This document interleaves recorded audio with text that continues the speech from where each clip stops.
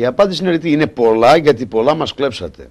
Αυτό που απομένει είναι η Βουλή, το ανώτατο όργανο του κράτους, να εκτελέσει τη διαδικασία του και όχι να κοφεύει ή να βλέπω και την αντιπολίτευση. Μην νομίζουμε ότι η αντιπολίτευση είναι λιγότερο δυνατή. Είναι πάρα πολύ δυνατή. Είναι μέσα στη Βουλή με πολύ σοβαρό αριθμό βουλευτών και κοινοβουλευτικοί άντρες και ό,τι ώρα θέλουν όλα τα κόμματα της αντιπολίτευσης μπορούν να πάνε να ελέγξουν Υπουργείο, Τράπεζα, τα πάντα.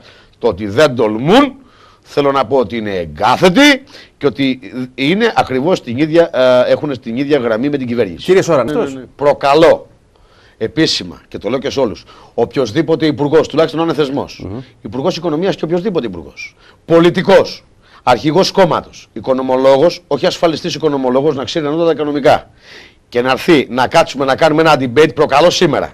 Και οποτεδήποτε θέλει να κάτσει σε ένα debate, οποιοσδήποτε, και δεν θα έρθει, διότι όσο πιο σοβαρός είναι ο θεσμός, δεν μπορεί να κάτσει απέναντι με στοιχεία που δεν έχει και με όλα τα στοιχεία που τα έχουμε εμείς. Προκαλώ να κλείσετε οποιοδήποτε ραντεβού σε οποιοδήποτε κανάλι, μεγάλο, μικρό, οπουδήποτε, με άνθρωπο θεσμικό και να κάτσει λοιπόν στο θέμα ακριβώς για να δούμε τι γίνεται. Κάτι από αυτά που λέω ήταν ψέμα, όχι μόνο δεν θα έβγαινα, αλλά θα είχα τώρα 7 μηνύσεις και δίκα κουρηγηματικές. Αν είναι όταν βγήκε η Εθνική Τράπεζα και έκανε διάγγελμα τύπου για αυτά που είπε, τις έκανα κακούργημα. Προσέξτε τι λέω. Για αυτά που είπε τα ψεύδι. Ή όταν έχουμε και τα 600. Τα οποία τα 600 δεν είναι ούτε ελληνικά, δεν είναι ούτε σουαχίλι, είναι αμερικάνικα. Και δεν είναι ούτε επιταγή δική μου. Δηλαδή είναι αμερικάνικα ομόλογα σε συγκεκριμένο λογαριασμό της ελληνικής δημοκρατίας και πάλι κοφεύει. Okay. Άρα βλέπω τώρα όλους τους κοινοβουλευτικούς άντρες που πάνε και μιλάνε για εκλογές. Άντε. Και βγει όποιος θέλει να βγει. Τι θα κάνει? Να κάνει τι δηλαδή? Να διαχειριστεί τι? Τη μοίρα του Έλληνα, τι? Την αφραγγιά του Έλληνα, τι? Να βγάλει άλλους νόμους, τι να κάνει? Να πάρει αυτούς πίσω και δεν έχει λοιπόν καμία λύση. Δεν ξέρω τι προτείνουν και για ποιες εκλογές μιλάνε και για ποιο κράτος μιλάνε. Να δικήσουν τι? Δεν αντιλαμβάνομαι. Δεν αντιλαμβάνομαι γιατί τώρα δεν έρχονται όλοι αυτοί οι κοινοβουλευτικοί άντρες και όλα τα κόμματα της Βουλής της αντιπολίτευσης. Γιατί ενδεχομένως η κυβέρνηση να είναι δεσμευμένη και να εκτελέσει μια διαδικασία θεσμική εκ του ρόλου της. Δηλαδή να κάνει αυτό που πρέπει να κάνει. Παρακάθονται τώρα να συζητάνε αν θα κάνουν και κάνουν συνέδρια. Ξέρετε, εμείς είμαστε καλύτεροι, εσείς είστε κύριο. Δεν καταλαβαίνω. Έβγαλα μια λίστα με όλους τους ανθρώπους οι οποίοι ήταν γονατισμένοι σε ένα εβραϊκό μνημείο με το καπελάκι του Εβραίου.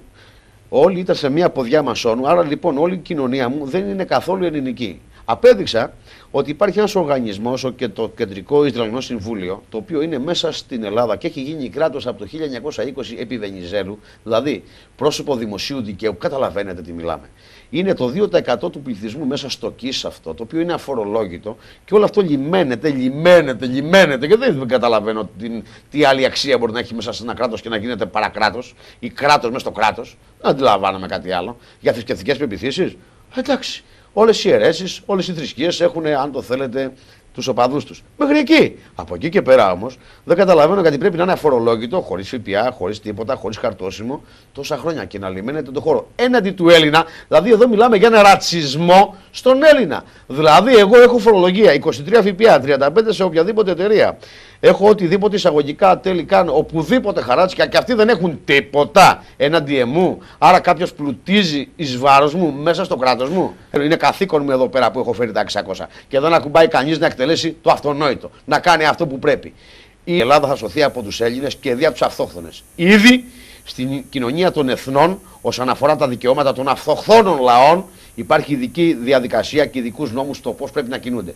Το μοντέλο μόνο στη συνέλευση Ελλήνων για να ζήσουμε ελεύθερα και δημοκρατικά. Δεν υπάρχει ελεύθερος άνθρωπος που να φοβάται. Όσο φοβάσαι δεν θα είσαι ελεύθερος.